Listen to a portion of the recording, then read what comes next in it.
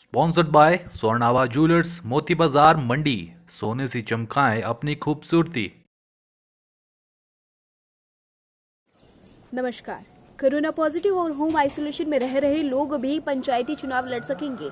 यह जानकारी डीसी मंडी ऋग्वेद ठाकुर ने आज मंडी में आयोजित पत्रकार वार्ता के दौरान दी।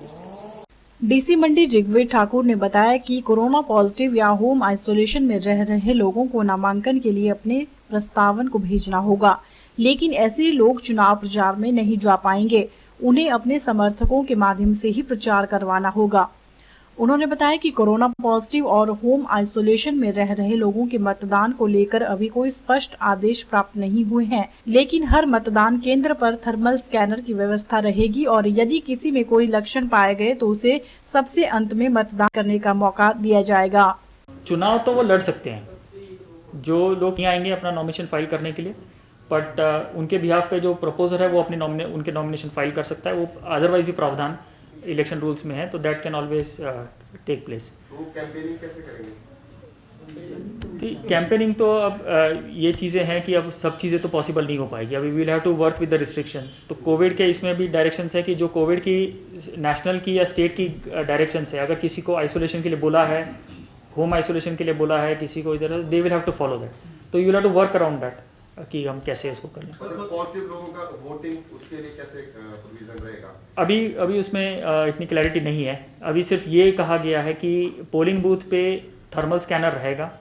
जो भी व्यक्ति पोलिंग बूथ पे आता है उसकी थर्मल स्कैनिंग की जाएगी, और अगर किसी का टेम्परेचर ज़्यादा पाया गया है तो उस व्यक्ति को लास्ट आवर में अपॉर्चुनिटी दी जाएगी वोट करने के लिए। पर अभी अगर कोई पॉजिटिव है और कहीं होम आइसोलेशन में है, उसके बारे में वील हैव टू सी कि हम इनको कैसे अकोमोडेट कर पाएंगे। साथ ही उन्होंने बताया कि जिन लोगों ने अवैध कब्जे किए हैं वह चुनाव नहीं लड़ पाएंगे और इसकी जानकारी उन्हें अपने हल्फनामे में देनी होगी। वहीं ऐसे लोग जिनके खिलाफ मुकदमे दर्ज हैं वह चुनाव लड़ सकते हैं। ऐसे लोगों को अपने हल्फनामे में सभी मामलों की जानकारी देनी होगी, जिसके बाद वह चुनाव लड़ पाएंगे। पुलिस केस का कोई वैसे उसमें है नहीं। उसमें जो एफिडेविट है, एफिडेविट में जितने केसेस आपके साथ चले हुए हैं वो आपको डिक्लेयर करने हैं, और वो चीज़ जैसे बाकी इलेक्शंस में होती है वो पब्लिक में चली जाती है कि किसके कौन जो प्रत्याशी है उसके कितने केसेस हैं और उसके क्या ये है। आय व्यय की भी उसकी जो इनकम का भी उनका डिक्लेरेशन भी उन्होंने देनी है। तो वो एक एफिडेविट उसके साथ लगता है, जो सुप्रीम कोर्ट की गाइडलाइंस है। उसके पश्चात जो विधानसभा लोकसभा के लिए होता है वो इसी के लिए भी है।